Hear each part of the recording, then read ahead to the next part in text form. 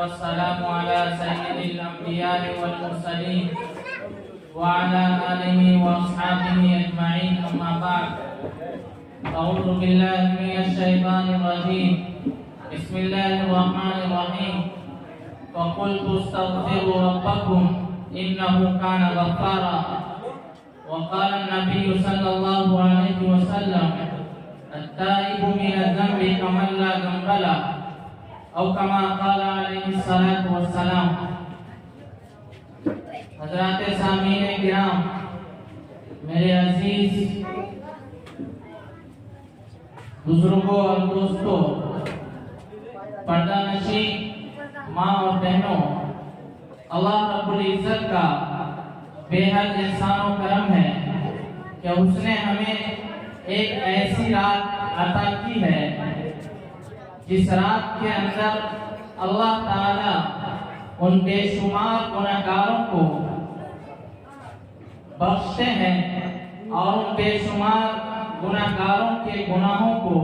माफ कर देते हैं, जो आज की रात अल्लाह रब्बुल इज्जत के सामने अपना हाथ दुआ के लिए उठाते हैं। और अल्लाह रब्बुल इज्जत ने इस रात के अंदर एक खास बात ये रखी है जो आम तौर से किसी और रात के अंदर नहीं रखी। जिस तरह दिनों के अंदर जुमे का दिन खास हुआ करता है, महीनों के अंदर रमजानुल मुबारक खास हुआ करता है, इसी तरह जो जिंदगी के अंदर रातें आती हैं, उन रातों में ये एक रात जिसको शाबानुल मुअज़्ज़म की 15वीं रात कहा जाता है,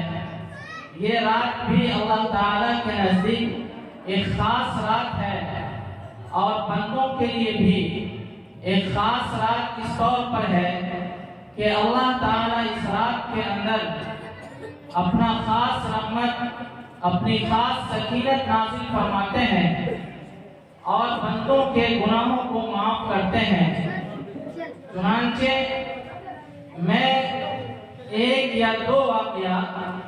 बहुत ही मुख्तसर वक्त में बता करके इंशाअल्लाह अपनी बात को ख़त्म करूँगा कि अल्लाह ताला ने हम सबको इंसान बनाया है और हमारी हिदायत, रहबरी और रहनुमाई के लिए अल्लाह ताला ने पहले ही दिन से अंबिया किराम को भेजा। यानी इस रूए ज़मीन का जो सबसे पहला इंसान है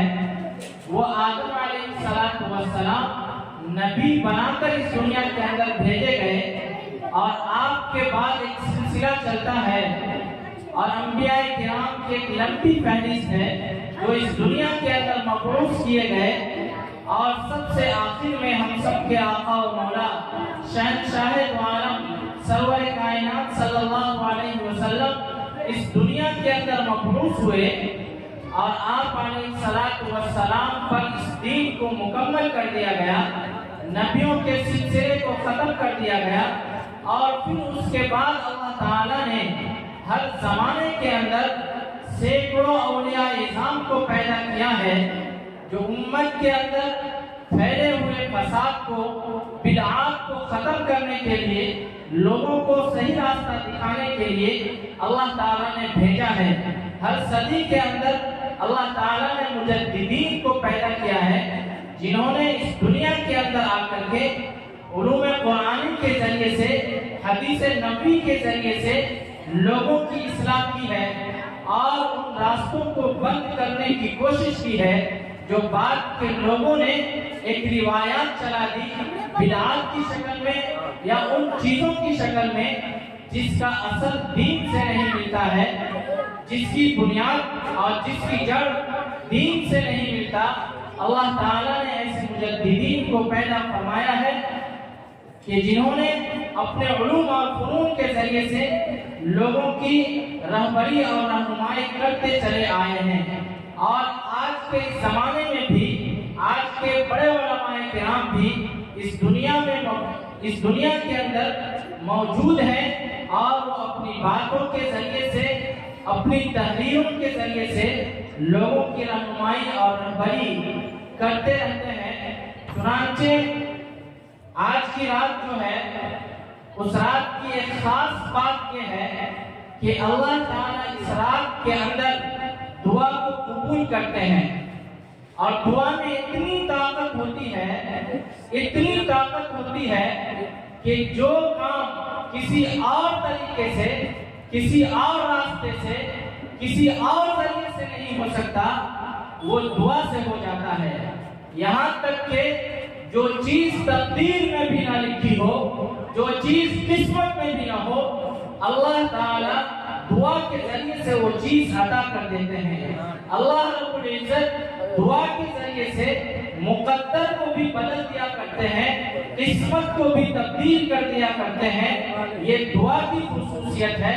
इसीलिए हदीस के अंदर आया अद्दुआउ मुफ्तुल इबादत, कि दुआ इबादत का मक्स है।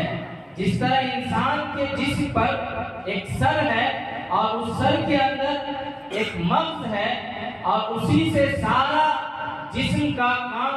सारी सोच, सारी फिक्र और सारी चीजें चलती है, इसी तरह दुआ जो है वह इबादत का मक्स है। यानी इबादत कर लिया,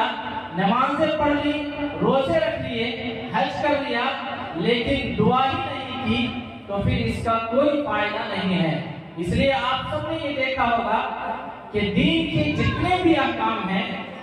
शरीयत के जितने भी कवानीन हैं, चाहे वो ईद और बकरीद की शक्ल में हो, चाहे वो ज़कात या हज की शक्ल में हो, तिलावत कुरान की शक्ल में हो, उन सब के बाद दुआ का एहतमाम किया जाता है और अल्लाह रब्बुल इज्जत उस दुआ को कबूल भी करते हैं।